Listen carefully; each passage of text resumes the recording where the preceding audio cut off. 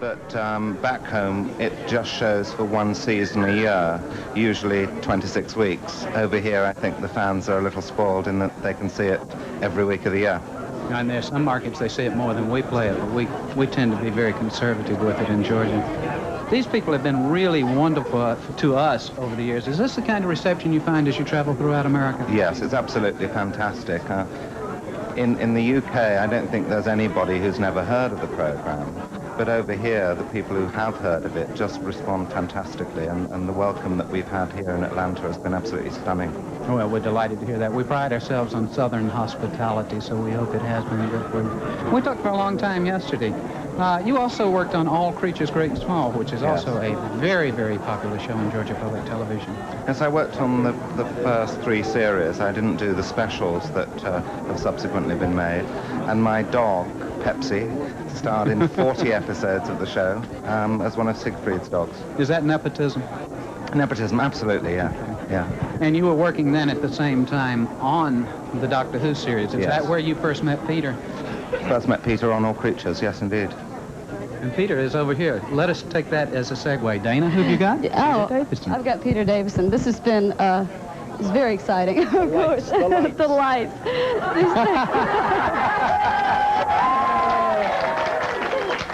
Our 5th Doctor Who right here in Georgia, in Atlanta, at Dixie Trek, and we're so glad you could be here. And it's nice to be here. I'd just like to make it clear that I'm not doing an impression of Don Johnson. He is doing an impression of me. Thank you. I don't think we really will. Okay, let's go. You came today because of Doctor Who and everything else, and are you surprised by all the fans you have in the States? Wonderful, yes. I'm surprised they're all trying to get on television as well. Isn't it great? They're all right here, no doubt about it. It's a wonderful turnout, I think. What was it like being a Doctor Who after, of course, Tom Baker and the rest of them, being the youngest Doctor, too? Was that a little hard to get into the role?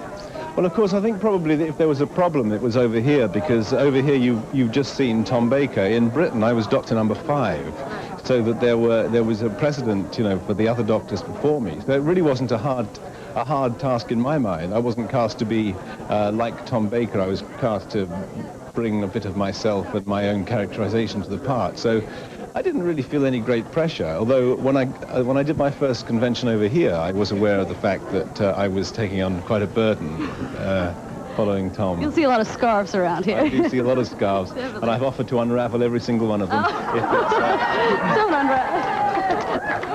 And also, of course, we have many public television fans who watch you on All Creatures Great and Small still, and a very memorable role, something else. We've enjoyed it for years. It was a great part to do. I mean, it was a wonderful break for me. It's not often that you get a part that I guess it started off as a supporting part and sort of grew into one of the main parts, and it was just such a nice character.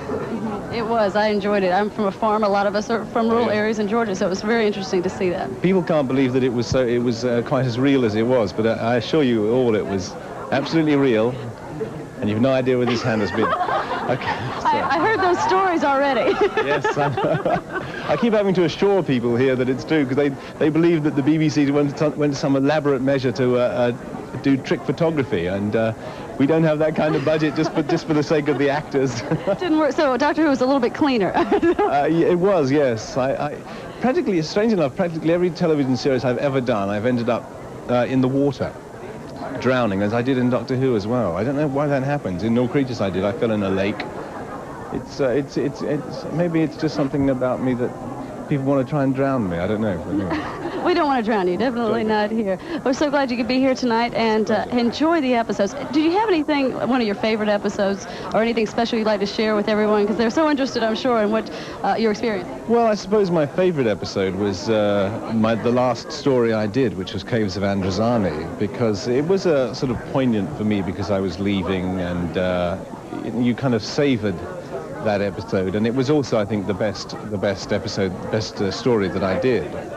No, actually, the reason I knew that I was due down here was I was upstairs and I turned on my television set and there was Tom Baker, so I thought I better get down here for the regeneration. Before you. That's right. We're regenerating right now. It's so nice to have you here, and you'll be around a little bit longer this evening with us. Wonderful. George, how are we doing as far as... We're doing fine. I mean, we've had Tom Baker on, now we've had Peter Davison on, and now we need to go to the next episode, which is... Sutherland, With? John Pertwee. That's your cue, Tom. There we go.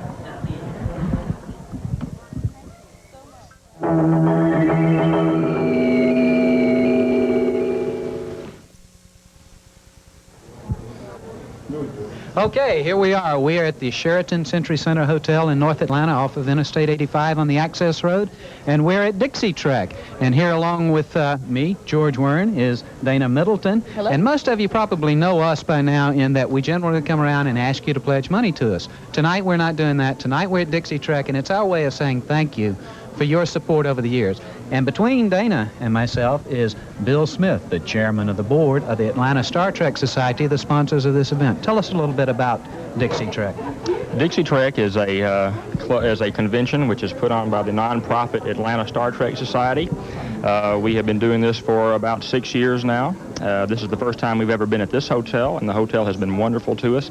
We're a group of science fiction fans in the Atlanta area and even beyond Atlanta that have a mutual love for science fiction.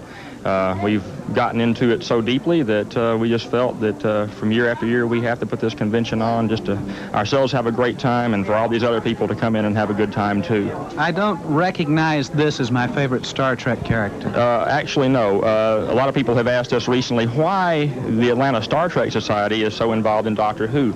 And it's because there is just so much out there besides Star Trek. There is so much out there besides...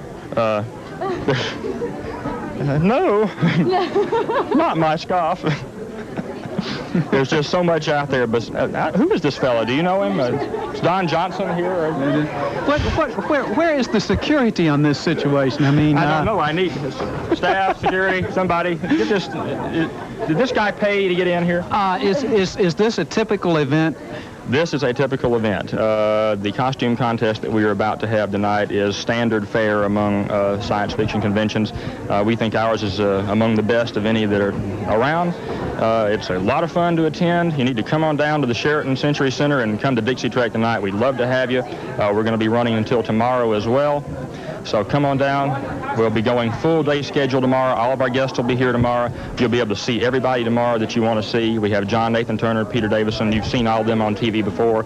Michael Forrest, George Takei from Star Trek, Mark Okrand, several other wonderful people that have come to talk about their careers and what they do in science fiction. We have some great movies, and we're having a great time. Great. We appreciate your hospitality. We appreciate everything you've done for us. And we hope that this is beneficial to you and the Star Trek Society. We're glad to do it because without the support of Georgia Public Television, we wouldn't have Doctor Who, and you've all heard of that show. And we'll get back to it in a moment. Thank you. Now we also have Dana Middleton over here. Hi. Good evening. Good evening. This is Who funny. are you going to talk to? I'm going to talk to Peter Davison again. He's this armed. is so You've much got to watch fun. out I got to for look him. out. He's Well, dangerous. He is dangerous. Peter, come on in and talk again with us, would you? How would you like Look, to he's take your got- scissors to that? I'm going to let you step in and talk to Dana at this point. Great. Women, this is fun. I promise you. Good to have you back in here. Nice to be here. And did you have fun like this around the set of Doctor Who too? Did you? Yeah, well, when we weren't getting told off by the producer, yes, we used to have fun around the set. Oh, was this producer or the No, producer? it's a fairly kind of hectic schedule, so there wasn't too much time for merry pranks, really, but it was good fun. Well, I must confess, usually when we have our pledge drives, someone inevitably puts a scarf around my neck, so I better change my They're dress. terrible things, these scarves, you know, you have to watch them. I've got to do something about that. So Bill King of the Atlanta Journal-Constitution said when he interviewed you, he talked to you about conventions that you went to right before you'd done any of the episodes. Yeah. And was it different? What was the, what did people say? Well, the first convention I ever did was in Tulsa, Oklahoma, and I was, yes, Tulsa, Oklahoma, and I was very unused. I mean, this is the first thing I'd ever done like that, and I hadn't even started work on the program. And I was a bit trepidatious because of taking over from Tom in America, and no one had seen anyone but Tom. But I arrived at, I think, 10 o'clock Tulsa time, and that was my first appearance, which was 3 o'clock in the morning, or 4 o'clock in the morning my time, because I come from Britain. And I went in there and had no idea what I was going to say, feeling very nervous. And I said, "Hello, it's very nice to be here." And everyone broke into spontaneous applause, and it was magic. I thought, well, if that's all I have to do, that's fine. Does the same thing happen in England to you? To England? Well, they don't really have conventions like this. They have sort of day-long conventions, but much smaller affairs, because in Britain, Doctor Who has a much wider general audience. I mean, there isn't anyone you could find in Britain who hasn't heard of Doctor Who, and it's a great tradition, an institution really. Whereas over here, because it's like a cult following, you get enormous numbers of people sort of turning up. It's a very big cult following, but it is a cult following. And dressed up. Are you surprised by all the costumes and the invitations? Not now, I'm not. No. When I first arrived, I thought, who are these people? But oh no! No!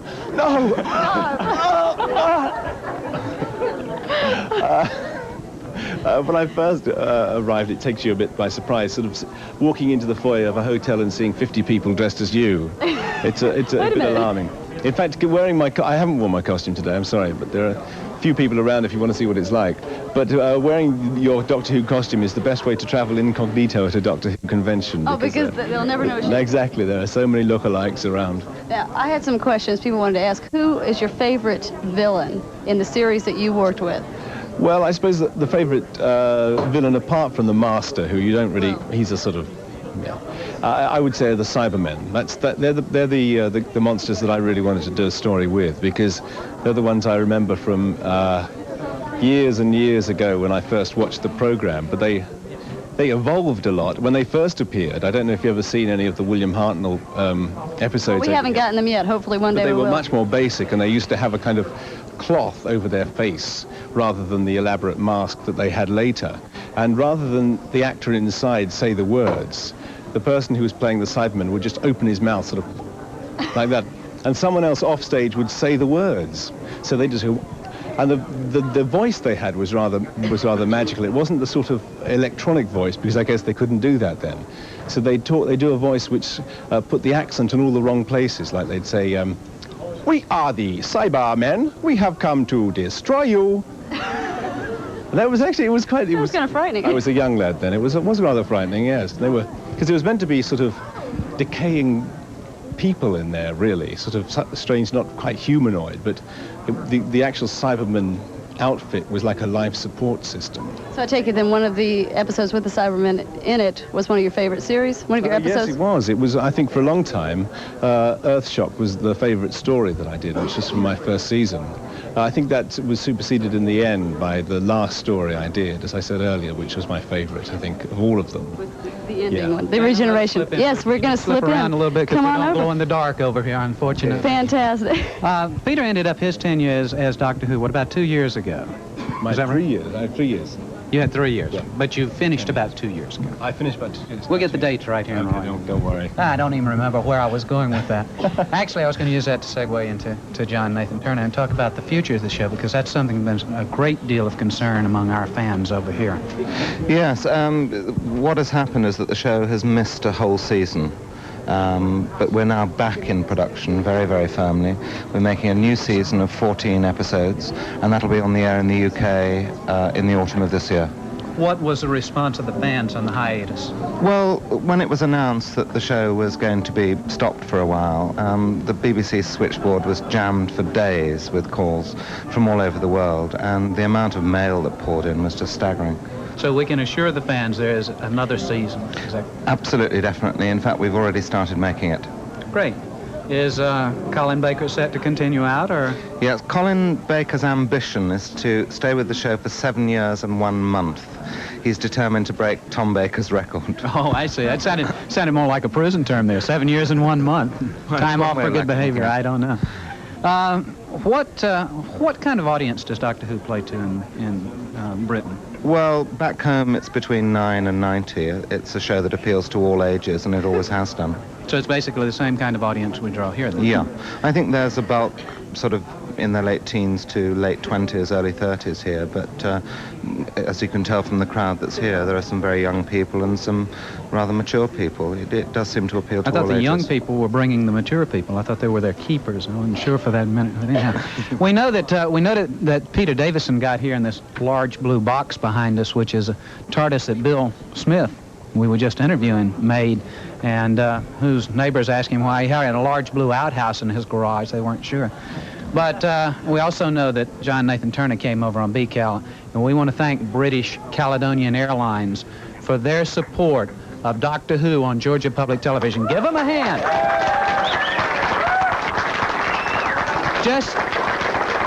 Just as we want to thank the fine folks here at Dixie Trek at the Sheraton Century Center Hotel on the Access Road in North Atlanta off of I-85. And we'd love to have you come out and join us. We'll be here all night. We have other stars coming up. We have George Takei and Michael Forrest. And this Dalek might attack again, I'm not sure. And there's a lot of fun to be had here. There's a costume contest going on. They're rehearsing a cabaret in there. There's a sales room in here with more junk than I have ever seen in my life. I can't believe it. So it's a wonderful time. So come on out and join us. Is there anything you guys want to add? You remember your trip to Gainesville? You got any reminiscences? We get into that area just a little bit. There are a few people still looking for you down there. I didn't believe that the reputation that we set up at Gainesville would follow us around the country. No, I'd just like to thank the bagpipes player at the airport as well, actually. Was Not he to mention good? the big limousine. No, he was great, yes. He was terrific. He was having a bit of a rough time because I think because we were a bit delayed getting it actually through immigration and customs, I think he was playing for about an hour and a half before we turned up. Well, we want to thank you for your cooperation. You've been wonderful to work with, and I hope we'll see you again later in the evening. I think, let's see if we can extract a promise on that if we can. And Okay. Let's go back now to the Saldurians.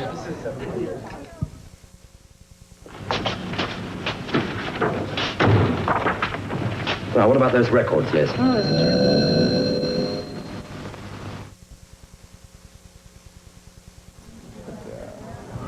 Hi, I'm George Warren, and welcome to Dixie Trek 86 from the Sheraton Century Center Hotel in North Atlanta on the Access Road off of I-85. We're here celebrating Dixie Trek with all these wonderful fans of Star Trek and Doctor Who and a couple of other things, and a few we haven't identified, but that's normal for the course. We'd like to have you come out and join us. If you can't join us, we hope you'll stay tuned on Georgia Public Television. No, we're not asking for money. This is our way of saying thank you. It's our way of spending your money, actually, is what it is. And along with me here tonight is Dana Middleton, and along with Dana is Michael Forrest. Thank you, George. That was easy enough. Many of you have seen Michael from Star Trek, for one. Star Trek, right, yeah. And, you were Apollo? I was Apollo in a segment that we did 19 years ago. Can you believe? Well, it was a good one. I remember that one. It seems like only yesterday. We have a lot of people from the Star Trek Society here this evening, I know for sure, and as we continue with Dixie Trek 86. But tell us a little bit why you're in Atlanta. You are in Atlanta now, right, for the time being? That's right. Actually, I'm working on a sequel to King Kong, which is called King Kong Lives. But I'm here this evening with and all this weekend for this convention, and it's quite fun. As a matter of fact, this is my first one, and I didn't even know that these existed, but they exist all over the country. Right, and this has been how many years now? I don't know. Someone will tell me in just a minute. 6 years? About 6 years so far that we've had the Dixie Trek 6. Great. And hopefully we'll be at all of them. But you are, Does He Live? It's King Kong Lives. This is a new movie. When is it coming out? Probably, I'm guessing, but I would guess first part of 1987. Because they're still in the process of shooting it. I have to go up to Wilmington in June and July, so I'll be working up there, and I'm sure that this is a big picture and it's going to take a long time. King Kong walks very slowly. And you're the hunter after him, is that right? I am the baddest person you ever saw in your life in this one. I am out to get King Kong, and along with my cohorts, and we're out to really get him. But you'll have to see the movie and determine what happens. Now, you've been in many different science fiction type movies and whatnot. In the years when I worked in Hollywood, I did Twilight Zone, One Step Beyond. Were you in The Outer Limits? Did I ever see you in that? Outer Limits. I was in that. Yeah, I Yes, remember that's that. right. Yeah, I did a lot of those shows back in the '60s. Do you like being a villain or a good guy? Well, it's. I think you can have more fun playing the bad guy. Yeah, it's much more fun to do I can that. see you playing the bad guy somehow. No. This sweet face. Well, we're here, and you are now new to Atlanta, relatively new to Atlanta, and you've been watching Georgia Public Television. I have to get a plug out of you because I want to see what you see the programs. We have science fiction now in public television. It's a little bit different, you know. I'm a big fan of public Public Television, and one of my favorite shows that I watch religiously, it comes on at 7:30 here in Atlanta. It's The Wild World of Animals, I think. Yeah, and I love that program, and anybody else who likes animals should watch that program. I watch other shows too, but that happens to be my favorite. Right after the news at 7 o'clock, I tune in immediately to that show that comes on at 7:30. Right, but we're not asking for money tonight. I promise to say we're not asking for money. We're having a good time. This is a friend here. This is a Dalek, and oh, George is coming back. Look what I found. Look what you found. Look what I found.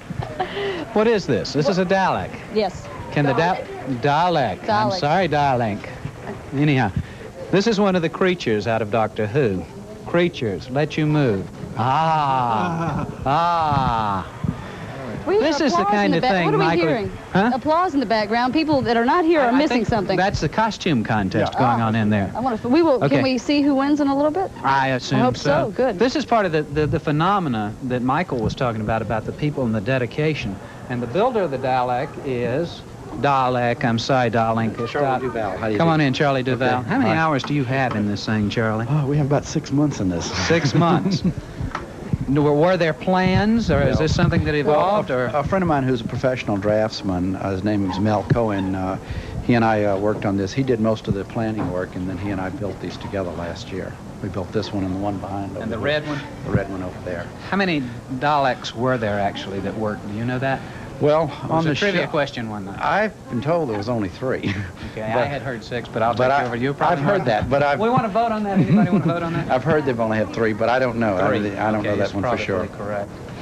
Tell us about the Dalek.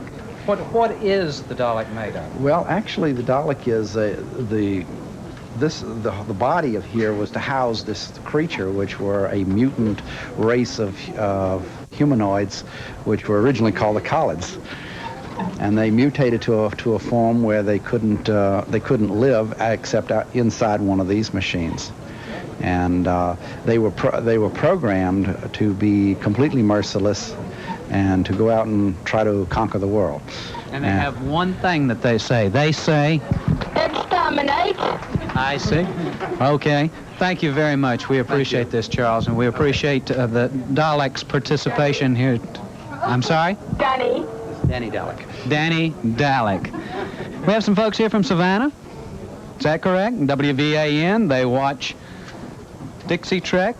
They can't because they watch Doctor Who. Guess who's dropping in on Dixie Trek, WVAN Channel 9? We appreciate that. We appreciate you. We thank you for your support. We would remind you one thing. We're not going to ask for money, but if you have made your pledge to Georgia Public Television, please put your check in the envelope and mail it in. And that's all we're saying. Let's go back now to the Silurians.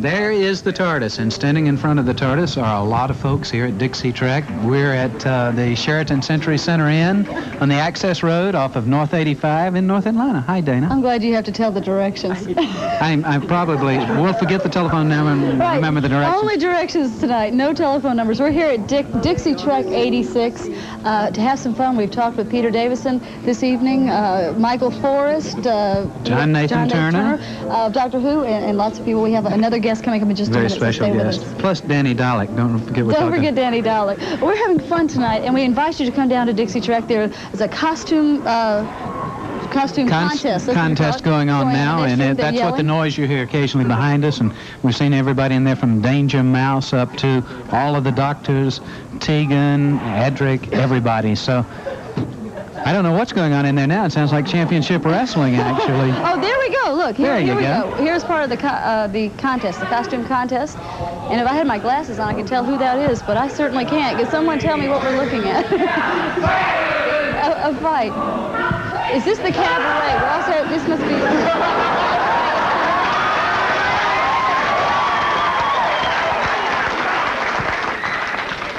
This is something else. A little bit different. Oh, okay. That's what's happening at Dixie Trek 86. Some of the things. See what you're missing. See what you're missing. Come on down and join us at Dixie Trek. We are having a lot of fun, and we will have a cabaret, I hear, coming up in just a little bit. Yes, with some very strange people in it. John Nathan Turner went through here dressed in Naugahyde a few minutes ago. I don't know how many Naugas it took to make that costume. How many Naugas they had to cover that? They're hostile. They're George, turning hostile. your jokes are not even good when we're at a pledge drives. I don't know what we're going to do with you. We are not saying phone numbers tonight. We're not asking for money. We are here because we want to thank the supporters of Doctor Who and the science fiction programs on Georgia Public TV. Let's do. Hi, we have all these people here. Here's a lady in red. Do you know what she did a few minutes ago?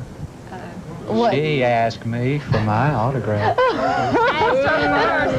It'll be worth millions. She asked you first. Oh. I got her autograph first. Where are you from? I'm from Macon. From Macon? Macon. Pertwee was in Macon, what, about 4 weeks ago? Yeah, that was a month ago. Mm-hmm. Okay. That's and all. it was here last It was year? fun. Month and 4 weeks of the same thing. Okay. It was fun. Okay. Where are you from? Lilburn. Lilburn? Just up the road a piece, right? Yeah, not far. Just ran down here. First time. Been here. Who's from furthest away? Athens. We have Athens over here. Virginia? What part of Virginia?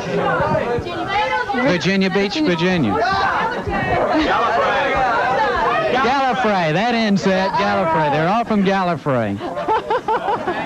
Los Angeles. Let's give it to the man from Los Angeles. Come visit us. Just walk right in front here. It's all right. This gentleman's from Los Angeles. What is your name, sir? My name is George Takei. George. And I'm a great Star Trek fan. I wonder why. I bet you've seen every episode, hadn't you? Now, you want me to fess up to something that's going to embarrass me? All right. I didn't. Weren't you, you were from Columbus, is that what I understand? That's right. You're from Columbus, Georgia? My address there was the Camellia Motel, right alongside the Chattahoochee River, right across from Alabama. All right. Phoenix City, Alabama. Yes, I know it well.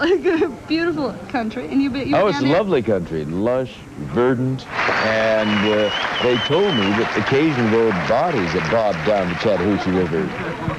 Is that right? Not that I know of. That's what I was told. Comes from Phoenix City, Alabama, though, not on the Georgia side. Sure of that. If you haven't realized, of course, we're talking to Lieutenant Sulu, George Takei, and we're delighted to have you here. Oh, I'm and having there was a reason for him being in Columbus, and let him explain that too. Well, that's because I'm a great Star Trek fan. I heard there was a great Star Trek convention going on here in Atlanta, and I had to join all these people and be one of the Trekkies. Well, you're certainly welcome. Do you do many of these? Oh, yes, quite a few. Do you enjoy it? They're good fun, and it's an opportunity for me to personally thank all the people that made Star Trek such a great phenomenon. Great. Tell us about the fourth film. Oh, yes, we're about to finish principal photography on that now. We've been shooting in San Francisco for the past week, and I go back there, and we have one more scene to do, and we should wrap up on Wednesday. And then the post-production work begins, the special effects, the editing, and so forth. And we hope to have it in the theaters by the first Friday of December, 1986, which is the 20th anniversary since we premiered on television. Are you, feel free. Are you revealing any of the plot? Well, I had to take an oath. I'd love to share something of what we've been doing with everybody, but Paramount asked us to sign an affidavit saying we will not reveal anything of the plot. I can tell you that this is going to be the best of all of the Star Trek movies, and I am confident that this is going to be a smash box office success, which is going to ensure Star Trek V. Terrific.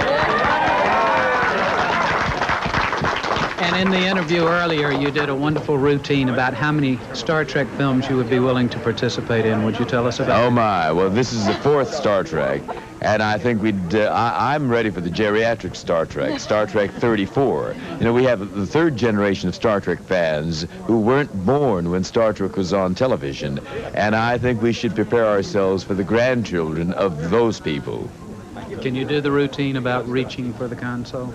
Oh, reaching for the console when I'm doing the geriatric Star Trek. Yes. Well, you know, Sulu's been at this for 20 years already, and he's now a commander, but he's still at the helm console. I mean, although I've advanced in rank, the job is the same. And I'm sure 20 years from now, when I'm doing Star Trek 34, Sulu will still be at the console there, say, "Hey, Captain, I think I can reach warp 3. Shucks, darn, I missed it. Give me another try. Take 2, Mr. Captain." Got it. And we're underway. A little more on the serious side now. We want to invite participants to come out tomorrow and join you for a fun run. Oh, yes, we're having a grand time here at Dixie Track. And tomorrow, one of the highlights is going to be a fun run at 12 noon from the Sheraton Century Center Hotel. Is that what this is called? You it's can going read to be backwards. It's on the door. It's on the door. Well, it's going to be a 5K run, about a tad bit over 3 miles. And there are a lot of good runners here in Atlanta, I discovered. Or some people are not from Atlanta. They're from elsewhere. But there are good runners gathered here for a Dixie Track.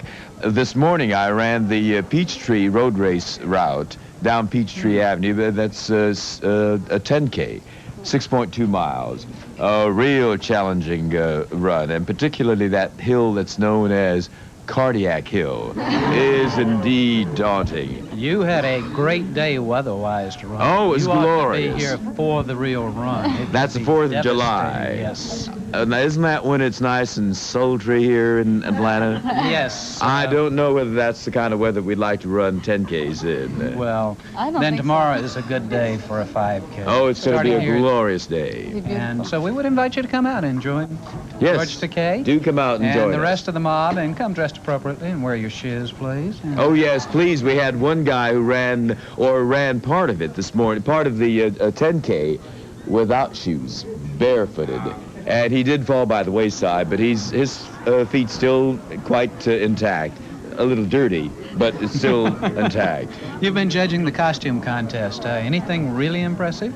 Oh, there are a lot of imaginative costumes there, and also the workmanship. They put a lot of work and a lot of care and a lot of love into what they do, and it's really good fun watching them. Great. Do you have many people dressed up as Star Trek people out there? Oh, yes. So far?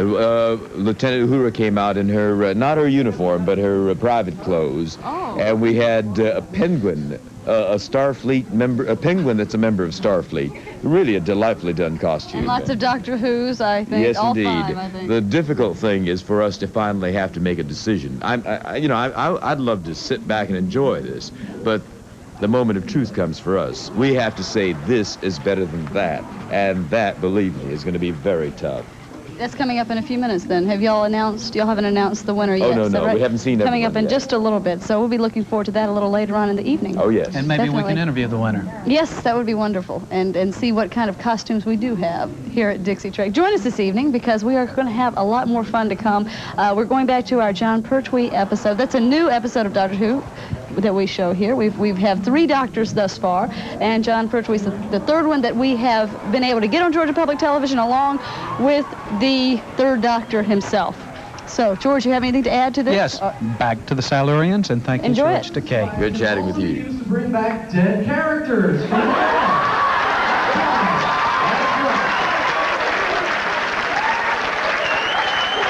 Provided your movie makes at least $15 million and the character involved is directing the sequel.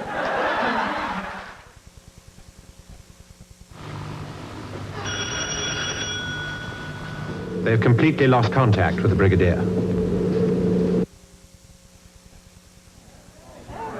Looks like a few familiar faces in this episode of Doctor Who. Of course, John Pertwee is one of them. This is the 2nd Doctor Who that John Pertwee did. He was here at Dixie Track this time last year. This year, Peter Davison, a lot of other fun folks, and of course the Terminus TARDIS, the Star Trek Society putting on this event. The Star Trek Society is putting on the event, and a lot of other science fiction fans here at Dixie Track 86. And we're glad to have you. Yeah. Is everybody having a good time? That's what I want to know. Okay, great.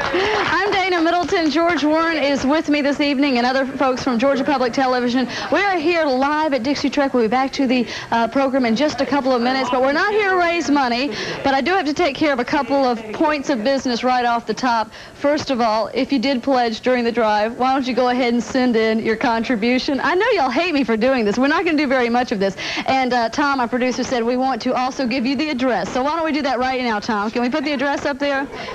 It's going to happen. There we go. Georgia Public Television, P.O. Box GPTV, Atlanta, 30348. And that's the way you fulfill your pledge and keep the great Doctor Who programs coming on Georgia Public Television. And we like them so far. I hope everybody's enjoying Doctor Who. We've had Peter Davison, we've had Tom Baker, and now John Pertwee. And maybe there's more to come. So it just is up to you to see it happen. Maybe, okay, there's more to come. Okay, we'll work it out. No problem there. This has been a fun episode. You see it's in black and white, which is early Doctor Who. We're talking early Doctor Who right now, and we've got some color episodes of John Pertwee coming up soon, so just wait for those because they will be coming up. Of course, we still show Tom Baker in the afternoon. And I would like to talk to a few people right now. Could I do this? Can I talk to you? Kurt, okay, where are you from? From Rockmart, Georgia, ma'am. Did you just come up for this event for Dixie Trek? Yeah, it's very early, too. Were you here early this morning? I can't get enough of You Know Who. You Know Who, Doctor Who. I think that's how a lot of people are here. How about you? Where are you from, Rob? Atlanta, Georgia. You're from Atlanta, so you just came over not too far for today, right? We invite you to come down. We're at the Sheraton Century Center off I-85 in Claremont in Atlanta, and if you're around, come on by. We are having a costume contest, which I think just ended. Some unbelievable costumes. Were any of y'all in the costume contest? I guess. Yeah. Well, no, y'all look pretty normal. Well, we have some interesting costumes in the other room. It's a lot of fun, and we're having right now the beginning of the cabaret. The Terminus TARDIS. Now, they've been with us during our pledge drives for just however long we've had Doctor Who on the air, a few years now. And they're having special skits going on. We're going to join them in just a minute during one of their skits. And George is in there, is going to talk with, I believe, the winner of the costume contest. I hope so. We're going to see that in just a couple of minutes. One more look here. This person I have to say something to because this is in the scarf, which I may have to steal by the end of the night. This is Jason Campbell. Where are you from, Jason? Marietta. From Marietta, so you didn't come too far either. Anybody, who came from the farthest away this time? Yes. Lenore City, Tennessee. What is it? Lenore City. Lenore City, Tennessee. How about that? George, you're here. We're waiting. Am I waiting for you? I was waiting to, are we? This rather non-traditional version of Star Trek and Doctor Who intermixed in there, produced by the Terminus TARDIS, is still going on. Still going on, okay. After which we will present the winners of the costume contest to the people. And so we're waiting. Owen Ogletree. And if you take a quick look in there, you can see what's happening, that the skit is wrapping up, and it is really very humorous, and it's being well received by this whole room full of people. A lot of people. 1 million people in there. 1 million people here, for sure. George, I thought you had left me altogether. Now, what is this we're seeing right now? This is the end of the skit. That's what they've been saying for 5 minutes now. That looks like I'm not quite sure I understand the plot line because I came in late. You just caught part of it. I think that's it. Are we about to end it? I'll throw it to you in just a minute. Had to be able to see. We've been interviewing people all night. Really? I'm kidding. I'm teasing you. Where are you from? I'm from here. I didn't really come too far. It's actually like just up the street, really. And I'd like to say that John Pertwee has been here before, and also James Doohan's been here before, but this is the first time that George Takei has been here, and he got a really incredible reception, and it was really nice to see him. Right, we just interviewed him just a minute. For those of you who don't know or didn't see that, Sulu from Star Trek, he's here this evening. As I said, Peter Davison is here this evening, along with John Nathan Turner, who is the current producer of Doctor Who, and keeps on doing it with the BBC in Britain. In fact, a lot of people were wondering at one time, were they going to stop Doctor Who? Well, they're not, and we're real glad to hear about that, because it's a real special program, and it attracts a lot of people. Once again, we're at Dixie Trek, and where are we? We're at the Sheraton Century Center, and we're we're having a good time. And George is coming back here. Is it not working? Are we not going in there? It's going to be about 5 more minutes. So okay, let's talk we'll to do Owen our for thing. a minute here. Owen, come on in here. I'm going to let you talk for a while. Just walk right in front. Go ahead, Owen. Okay. Only way we can get in. Owen Ogletree. Hi. You are a founder? Founder and president, right, of the Atlanta Star Trek Society and this convention, Dixie Trek. So you must feel mighty proud tonight. Well, yeah, and tired and frustrated, but it's going pretty well. It's going real well. How's the attendance? The attendance is about close to twice what we expected. So we're doing real well. We've got about 1,600 people here today. And there'll be plenty of room tomorrow because a lot of these folks are just here today. So if you want to come on out tomorrow to the Sheraton Century Center Hotel and see Peter Davison and get an autograph maybe, we'd love to have you. There should be some room. It's tight tonight, but there should be some room tomorrow. Okay, and there's also the fun run tomorrow. Is that at noon? That's at noon. George Takei is an adamant jogger, and he's going to take all of the people who want to take him, who want to go with him, down a little fun run down Century Boulevard, which is about a half mile, and that should be a lot of fun. Okay, and we should mention, we mentioned earlier George Takei, George Takei is the way he pronounced it, so I'll go with his pronunciation of it, and we'll all stay confused the rest of the night. That's right. But we should mention earlier, we mentioned he had been in Columbus. The reason he was in Columbus, no, he's not a native. He was there during the shooting of the Green Berets. And we were talking a minute ago, that was 19 years ago, he said, which I can hardly believe it was that long ago. So you feel very good, then, about the progress that Dixie Trek has made and the Atlanta Star Trek Society? It's really grown, and it's a lot of fun, and we're real happy with it, especially this year. Every year it keeps getting bigger and bigger, and we don't know where it's going to stop. You were one of the first people to get in touch with us about the Doctor Who series about 3.5, 4 years ago? Yes, You and Bill. Right, Bill Smith. We just don't like Star Trek. As you can see, we like Doctor Who and everything. Dixie Trek is a very science fiction-oriented convention, not just Star Trek, and Doctor Who is one of our big favorites. Great. I'm so glad you're running. You had Pertwee here last year. Yes, Pertwee was here last year. Tell us about John. What kind of, was he as fun, as much fun as Peter? John. Peter. He says it's Peter. Peter. I said Peter a little while ago. He says it's Peter. John Pertwee is an entertainer. He gets up on stage and he's very flamboyant and very loud and very entertaining, and he keeps the audience rolling in the aisles. Peter Davison is a calm, collected, very intelligent, nice person who comes across as very honest and very open, and they're both wonderful people in their own way, but they're very different people. Great. Well, we appreciate the hospitality here. Okay. We would appreciate your showing your response to the Atlanta Star Trek Society by dropping out to Dixie Trek. It's at the Sheraton Century Center Hotel. It's at I-85 in Claremont Road, and we get started about 11 a.m. tomorrow and go until 7 p.m., and we'd love to have you come down. It's and as you can see, everybody's having a good time. Oh, yeah. And I think...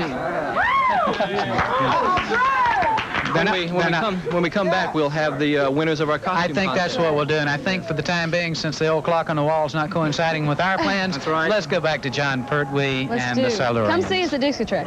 Bye-bye.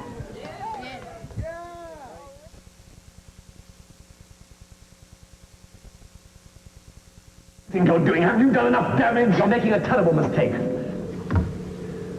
Look, Brigadier, I've got a great deal of work to do. Yes, of course. Well, we're back at Dixie Trek, and here's everybody's favorite Star Trek character, Opus. This is Amy Strickland, and she was the third place winner. Is that correct, Amy? She's 8 years old, and she's dressed as Opus, and she was the third place winner in the costume contest. These folks here are having a real ball. I don't know when I've seen a group of people get together and this may sound tacky, more clean fun. Really, and it really is. It's a good group. There are a lot of young people, young adults, and one genuine Opus here. Amy, thank you very much, and congratulations. Thank you, Amy. You're a lovely Opus.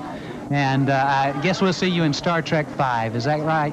We're looking forward to Thank that. you, Amy. No doubt about it. And If this she is can make Dana it up- Middleton over here. Hi, George. We're back again, Dixie Trek. If you just tuned in and are watching the middle of this John Pertwee episode, we are at Dixie Trek at the Sheraton Century Center, Claremont and I-85 in Atlanta, and we invite you to come down and join us. We're having a good time. We just had the costume contest. That's correct. And look behind us. Here are a pair Let's of take a look. Cybermen.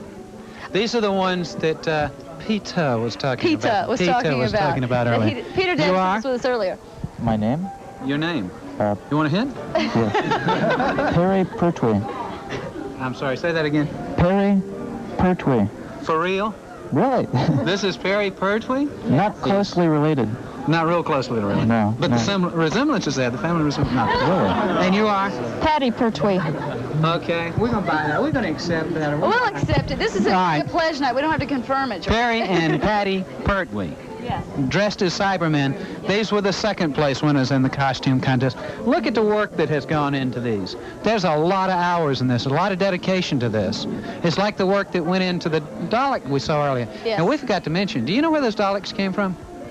We brought them here from New Orleans. Oh, really? So from New Orleans. this is the kind of, this is the phenomena, the Star Trek phenomena and the Doctor Who phenomena. Now let's talk to the first place winners. And I'll start with you in a minute. My name is Jim Brooks. All right, Jim. Kristen Tompkins. All right, Kristen. Lowell Cunningham. Okay, and who are you? What are you? Well, this is a replica of William Shatner's costume, Admiral Kirk, Star Trek II. Okay, who made the costumes? We used some patterns that were put out by the company that made them from the real costumes, and then we had some professional seamstresses make them. So you not only put time, but you've put a fair investment into this. More than I would care to admit, Okay. yes. So do you consider winning tonight a proper repayment for the investment you put in? It's good for and the you'll ego, wear it yeah. for years and years to come? Could you do about 20 seconds of the skit you did in there? Well, you want to tell them what you did by now, but you want to tell them what you did. Well, let's see. Just go ahead and tell. Okay, basically it was a commercial for the new Ronco miniature Genesis device. Right here. And you know the whole thing about order before midnight. How much would you pay? Wait, there's more. So great.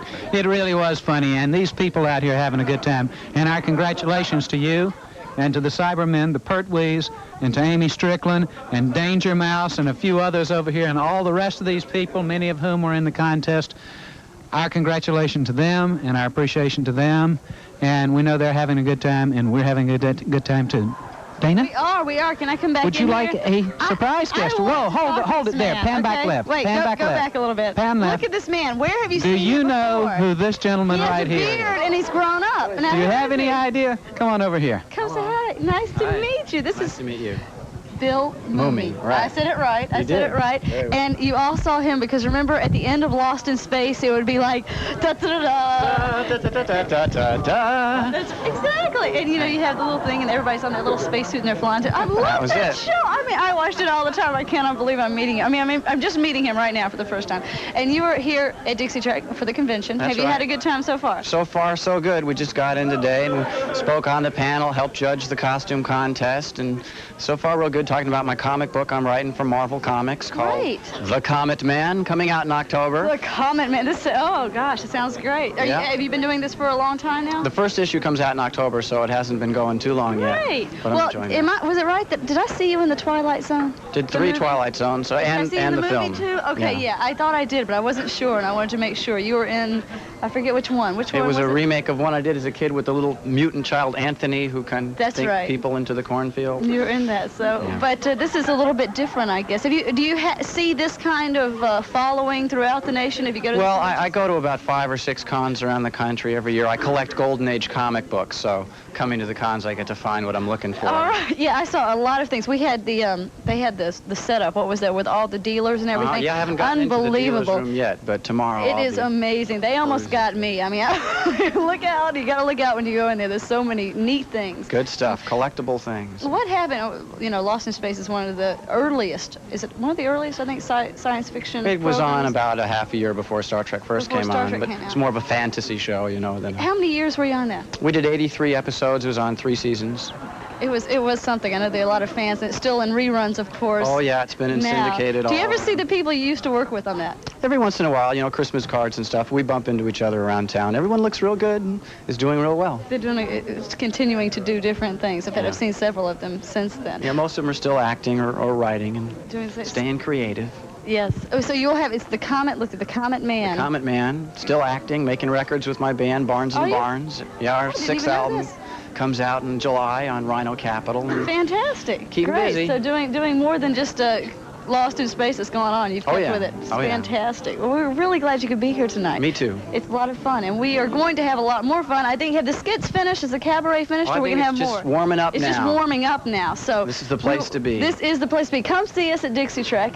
We are, of course, at the Sheraton Century Center in Of course we Atlanta. are. Of course we are. We're trying to figure out where, of course, we are, but we're here. Just look for the place where you'll find Danger Mouse. Danger Mouse. I just wanted you to see this costume. This was not a winner, but this is a beautiful piece of work right here. And we want to thank you, Bill, and we thank all the people here, and our congratulations to the winners. And let's go back to the Solarium. Let's do.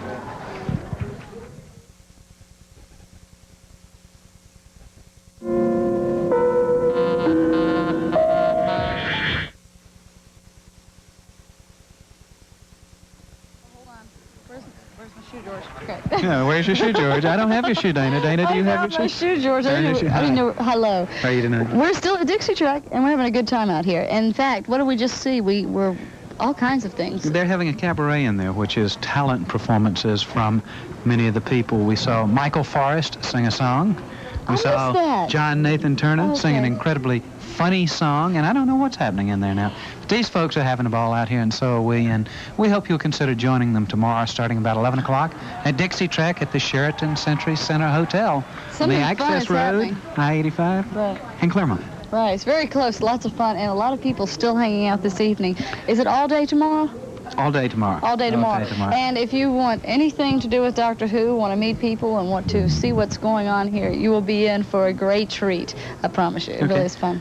Let me talk to Maurice Magley. Is that right? You can do it right there. Over here and talk to these folks out here. These are the people. I'm going to scoot out. Explain to us, well, let me explain one thing. Initially, NASA had anticipated sending I think it was a model, I've forgotten what it was of. Do you remember? And due to the tragic accident with Challenger, NASA has been unable to model of the new space station, I'm told by the magic little man in my ear, okay? Right. And due to the tragic accident with the Challenger, NASA has been unable to participate. But Maurice and his group have set up over in the corner here a memorial to the astronauts of the Space Shuttle Challenger, and we think it's appropriate with Michael Smith's burial that we talk a few minutes and let him tell you what his group is up to. Right. The Challenger 7 Fund is set up as a national organization. We are the Challenger 7 Fund of Georgia, and we're working with the U.S. Space Foundation out in Colorado Springs. The target is we're going to raise $2.8 billion over probably the next 5 years, and with the American people's help, we're going to buy the new space shuttle. As you can see by our logo over here, we hope to have the new ship named Challenger 2, the Spirit of America, which we feel is appropriate in memorial to the astronauts. Very good.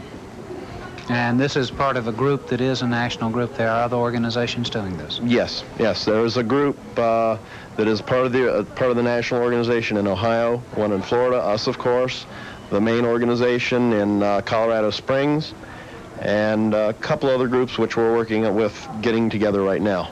Maurice, thank you very much. Sure. We wish you well in Thank this you. endeavor. Okay. Let's get Leela in here now. Leela? This too. This is fun. This is first place costume for Doctor Who category. I'm not trying Can to you trip guess you, who this woman is? Who is she dressed up as? I think it's pretty easy. What's your name? Anyway, My real name. Your real name. Paula Bishop. Paula Bishop. I think so. I know. We'll probably been down to the fundraising drives. I know. I've seen you several times and lent you my scarf. That's right. Yes, I had your scarf on several times, I think. So, but this is your Leela tonight. Yes. You Did you make the costume? Yes, I spent a year on making it. I've been working on it since '84 or something. Started with the boots and learned very much how to do with leather. Well, you did a good job, and it paid off because you won first place for Doctor Who in the category. Great. And we have someone else from Terminus TARDIS here we want to bring in here. Our good friend, Alex. How are you doing? Without the sunglasses today. Well, I do have them, but I haven't worn them. If you've seen our pledge breaks, you've seen this man every time. Is that Alex right? Luzitian, who is now the Chancellor of the Terminus TARDIS. That's correct. Of the companions of Doctor Who. Incidentally, is that the organization that's moving to Atlanta? Well, there's rumors that certain functions of the Companions of Doctor Who will be moving to Atlanta because Georgia is probably the largest growing Doctor Who market in terms of growth of Doctor Who fans in the country right now. Do we have anything to do with that? I don't know. I hope so. One way to make them grow a little bit faster is, see this outfit I'm decked out in here? This belongs to the 6th Doctor. The one that comes after Peter Davison? We want to see what the 5th Doctor is doing. Can you go back to that time? Is this... I tell you what, I don't know whether we should stick a mic in there or not, but Peter will be back with us, we hope, in a few Oh, is he minutes, going too. to sing and Yes. do all those good things? I'm going to walk my mic to the door and see what happens. Oh, you he's talk to gonna- Alex. George is going to check this out. We are having some fun. I didn't know that Michael Forrest sang earlier. I wish I had, but... Well, you should have heard Jonathan Turner's song. It was truly Jonathan Turner, all about him, of course. Yeah, it was an interesting. I saw part of that. I saw the end of that, Alex, and it was something else. But right now we are not going in there yet. I guess they're going to do the song without us. That's Without okay. us, That's okay Well, because. unless George can get the microphone over to Peter, I don't know. I don't know if it'll reach over there. But if you were here at Dixie Trek, you wouldn't miss it. So we do invite you down. Those of you who did not come to Dixie Trek, you missed a lot. Yes. This has been a fantastic convention. You have one more day to come down, Sunday. I'm afraid those of you who have heard of a brunch with the guests, that has been sold out, unfortunately. But the guests have been very accessible here. Peter Davison just kind of roams the halls. Jonathan Turner the same, as well as George Takei from Takei, not Takei, Yeah, got it. from Star Trek. They're roaming the halls. Do we have them on now? Like that, you know, like the Paul Simon sort of stuff, you know. Now, with the other hand, do you think you could hold this piece of paper which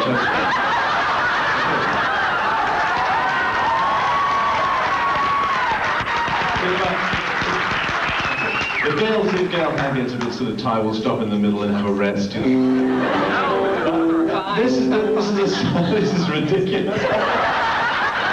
This is a song I wrote years and years and years ago, which I'll just explain very briefly the history behind this song. I wrote it before I ever came to America. I think I wrote it in about 1970, and I'd like to apologize in case there are any policemen in the audience. This is simply a humble English boy's idea of what being a policeman in America was like, based on numerous television cop shows. And the city is not named, but it is absolutely not Atlanta. Okay, now it's got a chorus, and I'm going to sing the chorus. Oh, that's not in tune. Never mind, we'll sing it out of tune. I want you to join in the chorus. This is the chorus. Oh, Officer McGurk, you are the greatest man alive. I do declare, notice the bad American accent. I do declare, and I do believe I'll learn to love you yet. Join this. Okay, did you get that? You didn't get it at all, but you can join in. Okay, this is a story about a policeman called McGurk. And it was, in fact, the first song that I ever had recorded. And it was recorded by the Dave Clark Five. If you ever remember the Dave Clark Five, and he was very good to me. He said to me that he would, rather than buy the song from me so that I had no rights, he was going to give me £500 for the song. Instead, he'd just give me a proper contract so I'd get royalties and earn a vast amount of money. I got 50 quid. I'll probably forget the words, it's a long time ago. I'll just keep doing this till I remember the first verse, okay? In the first year of his service, young Officer McGurk proved the police chief's wrong again when he tidied up New York. He bought in 99 murderers and 65 robbers, 10 rapists. You'll agree that that ain't bad for a raw recruit who was stuck on desk duty. Oh, Officer McGurk, you are the greatest man alive. I do declare. I do declare. And I do believe I'll learn to love you yet. Well, you may recall the other year, the riots they had downtown. But I won't bother you with any facts. I'll just tell you McGurk was around. And then up to that time in his years in the force, he had shot down 90 men. But there, with some luck and a loaded gun, he made it 110. Oh, Officer McGurk, you are the greatest man alive. I do declare. I do declare. And I do believe I'll learn to love you yet. In the friendly cop awards of 49, McCurk came top of the list. When just by chance some fella asked him if he had ever had to use his fists. Well, he sat for a while and he thought for a bit, then smiled and said just one. And that was when giving a tourist a direction, I used every bullet in my gun.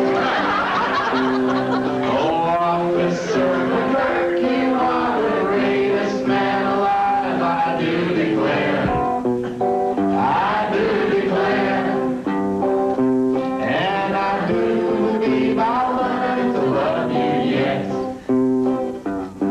In 51, McCurk, he won a medal for bravery. In the face of a dangerous, unarmed man, McCurk stood for the free. He said, make one move and I'll fire my gun, and he meant just what he said. Cause the guy had to breathe, and sure enough when he did, McCurk shot him dead.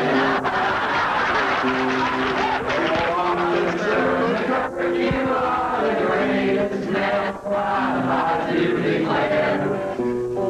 I do declare. And I do believe I'll learn to love you yet. Well, it just so happened McCurk had a friend, the murdering gangster sort. And as you can imagine, he wasn't too pleased when this fella was taken to court. And he strolled into the jury room.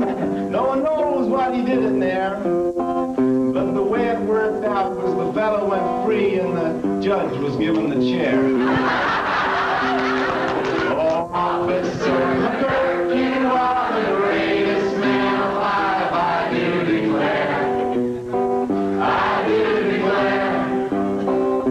And I do believe I'll learn to love you yet. Well, I've got to look at the next verse. Ah, yes, right. And there's this tale that I heard tell when Officer McCurk saw a pool of blood on the ground below. Lo, and in the middle there lay some jerk crying, or I die, I need to phone my wife. Do you think you could lend me a dime?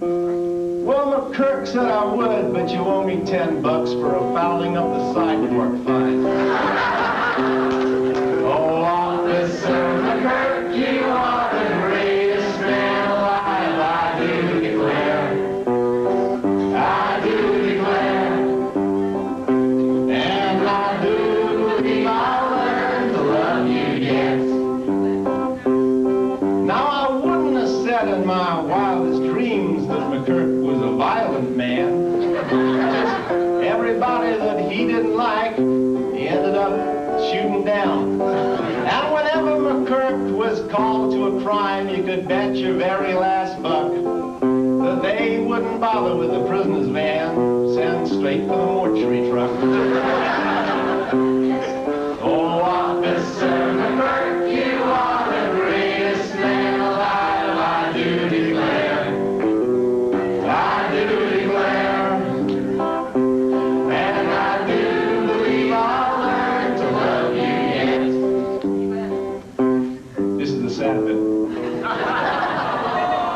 Now the time has come for me to relate how poor McCurk, he met his fate, was wounded by some evil guy. And everybody thought that he would die. But he got better and he danced and he sang and he caused the same old fuss. And he strolled out of those hospital gates, got run down by a bus. You are the greatest man alive, I do declare. I do declare. And I do believe I'll learn to love you yet. Well, you might have thought that would be the end of McCurk's notorious reign. But you'd have been wrong, because he went down below and started all over again. He bought in 99 werewolves and 65 witches and a horny-looking fellow painted red. And seeing as they don't have guns down there, he carries a fork instead.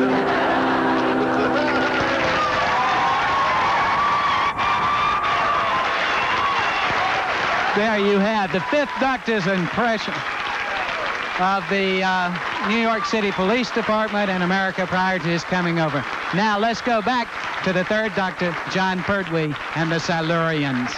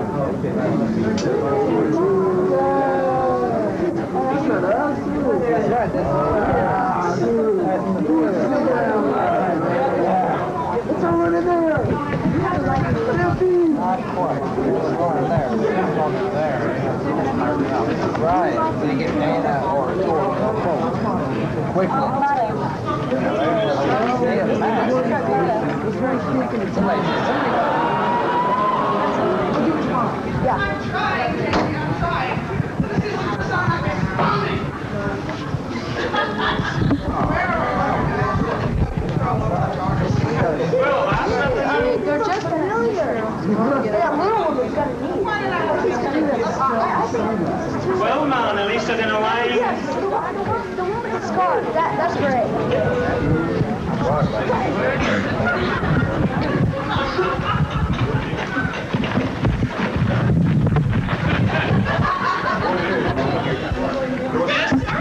This is impossible! I refuse to believe this. My TARDIS not responding to me? It's like the tide refusing to the mainland. The wind refusing to blow.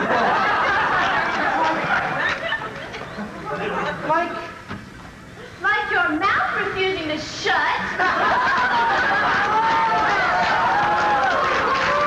I don't see what you're so worked up about. Can't we just land in this thing somewhere until you fix it? No, we cannot, my dear presumptuous Perry. This has overridden every coordinate system. Not even the temporal stasis functions. We are out of control. Well, that's nothing new. So there are Terry and Alex Musician, and they're doing their skit in the cabaret. And the cabaret is, I think, the concluding event of the evening here. And we are at our concluding point of the evening here. And I think it's appropriate to say we've had fun. Hi, Larry. You have your very own microphone now. Thanks, Larry. You have my microphone. I think we came out of that show pretty quickly, so it was a lot of fun, though, this evening. And, it has been a ball. And if you didn't get down to Dixie Track, come by tomorrow. And we hope everybody's enjoyed the fun we've had. We've met Peter Davison, John Nathan Turner, George Takei, Bill Mooney, lots Michael of people. Forrest. Michael Forrest. And we've heard... We've heard Peter Davison sing his own composition. I think he's rivaling George Jones, okay? Absolutely. I think so. He just really was wonderful. We had a good time tonight. What you don't know is before we came in, and he said that was published or recorded initially by the Dave Clark Five. Oh. I don't know. What do I know? We're close enough. And we still have a group of people here, don't we? We sure Can I do. do something? Can I do this? Because I don't think it's fair for me to be around Doctor Who for a whole evening without putting a scarf on. I hope Mr. Davison doesn't come around. We're going to do this. Would you hold this for me? George, you get to talk for a minute. Aye. You can hold that, okay? And here she is, the lovely Miss Dana Middleton, wearing her own creation, 2,000 feet of multicolored fluff. There we go. I mean, if you watch the pledge breaks, you know that I always have to have a scarf on. So here we are with the scarf. And George gets one too. We'll be in trouble because when Peter Davison comes in and sees the scarves, but we'll get costumes such as his. Owen, come on in. Hi. Hello. These are the folks that have made it all happen. This, to my far right, is Owen Ogletree. Hello. This is all his idea, all his doing. He's the one to blame or credit. Please. This is Bill Smith, who is in charge of making it happen. Is that correct? Well, one of them. There are an awful lot of people. I know you were vice president in charge of pestering Georgia Public Television. Now, that we do know. He was the president in charge. Oh, I see. It's been great. Tonight we're so tired. We just we're conned out almost. Tell them about the party slated for tomorrow night. What is that called? We have most conventions traditionally have what's called a dead dog party for the staff and people who've worked hard, and we're having a similar one, although we call ours the dead cat party. Well, we are very grateful. We're very grateful for the support over the years, the perseverance in getting Doctor Who on Georgia Public Television, the support and volunteer time, the dollars, the hard support, the checks that don't bounce, the coins that don't bounce too. And this is simply our way of saying thank you because you've been so supportive of us. And thank you very much and best wishes to the Atlanta Star Trek Society. Thank you very much. And we're very grateful to Georgia Public TV for listening to us and showing us what we want to see, and it means a lot to us. Thank you. Thank you, George, and thank you, everybody. And we'll see you here tomorrow, everybody. Come on out tomorrow. I've heard somebody back here say TV worth watching. TV worth watching. Watching. That's right. You want to say something? Yes. It's not going to be hello, Mommy, is it? No, well, just hello, Renee. We wish you were here. Hello, Renee. She wishes you were here. Okay. You got anything to add to this? I just think it's been great, and we have had a good evening showing one of the, I believe, the second episode, John Pertwee story episode of John Pertwee, and have shown, of course, the Tom Baker episodes. Peter Davison being here was lots of fun. Absolutely. That was great, and much more. The final episode of Hitchhiker's Guide to the Galaxy is next. Isn't that great? George, you programmed it well. The final. Well, final. It may be back. You never know what George does with these programs once he's finished with them. We have lots of faith in you. She has faith in us. But we have enjoyed it, and thank you for being with us this evening at Dixie Trek. We hope all of you have had a good time tonight. I hope so. Great. What else is there to say? Thank you. It's been a pleasure again, and good night. I guess we'll see you when we're asking for money again. But in August. It's been fun not to have And oh, fun. yes, if you haven't put your check in the envelope and sent it back, send it back. And thank you. Thank you. Good night. Good night.